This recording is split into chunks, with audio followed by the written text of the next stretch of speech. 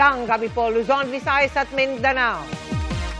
Lumubog ang isang tugboat sa Botolan, Zambales na may kargang 15,000 litro ng diesel. Hihilangin na sana patungong Pampang ang tugboat na mahigit 1 linggo nang nakasadsad makaraang mabutas at pasukin ng tubig sa kasagsagan ng pananalasa ng habagat. Nahuli ka mang pagtalo ng 10 nagsasagawa ng emergency salvage operation sa lumulubog na bangka. At nakatutok live si June Veneracion. June! Vicky, Emil, Mel, mga 200 metro ang layo mula sa baybayin ng isang barangay dito sa bayan ng Botolan, Zambales. Isang tugboat ang lumubog kaninang umaga. 24 oras kayo ng bantayan ng mga tauhan ng Philippine Coast Guard. Nakahanda na yung kanilang mga oil spill boom, absorbent pad at iba pang gamit. Ito'y bilang preparasyon sakaling magkaroon ng oil spill dahil nasa 15,000 liters ng diesel ang karga ng lumubog na tugboat.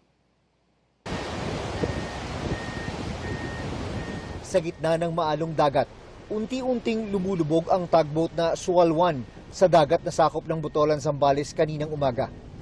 Nang halos kalahati na nito ang nakalubog sa tubig, isa-isang nagsitalunan ang mga sakay na nagsasagawa ng emergency salvage operation. Minuto lang ang binilang.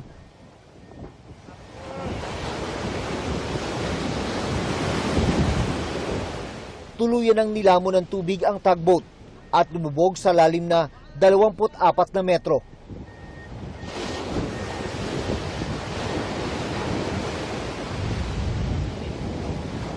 Ayon sa Philippine Coast Guard, nasa maayos na kalagayan ang 10 nakunang tumalon sa tugboat. Ang nakababahala, laman ng lumubog na tugboat ang 15,000 litro ng diesel.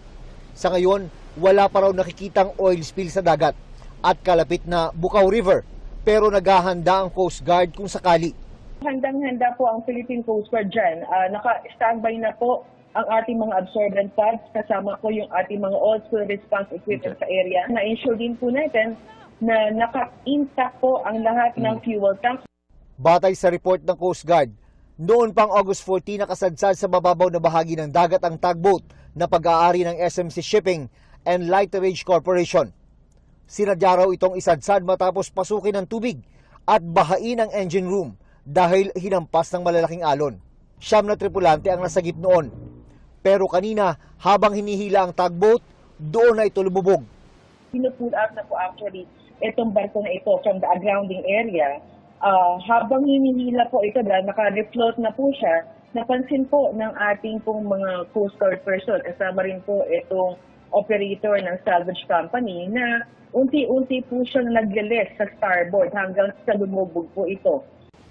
Patuloy ang investigasyon sa dahilan ng paglubog ng bangka. Na baka tumama sa isang submerged metal debris sa area na yon o baka may mga underwater obstruction. May possibility na dumagdag po itong prevailing sea condition sa area kung bakit naging mabilis po ang pagtagilid at pagpasok po ng seawater hanggang sa lumubog po ito tugboat Suwal.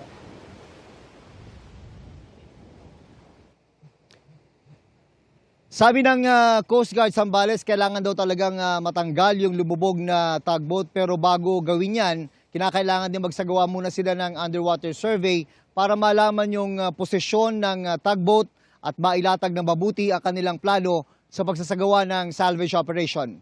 Balik sa Vicky. Maraming salamat sa iyo, June Veneracion.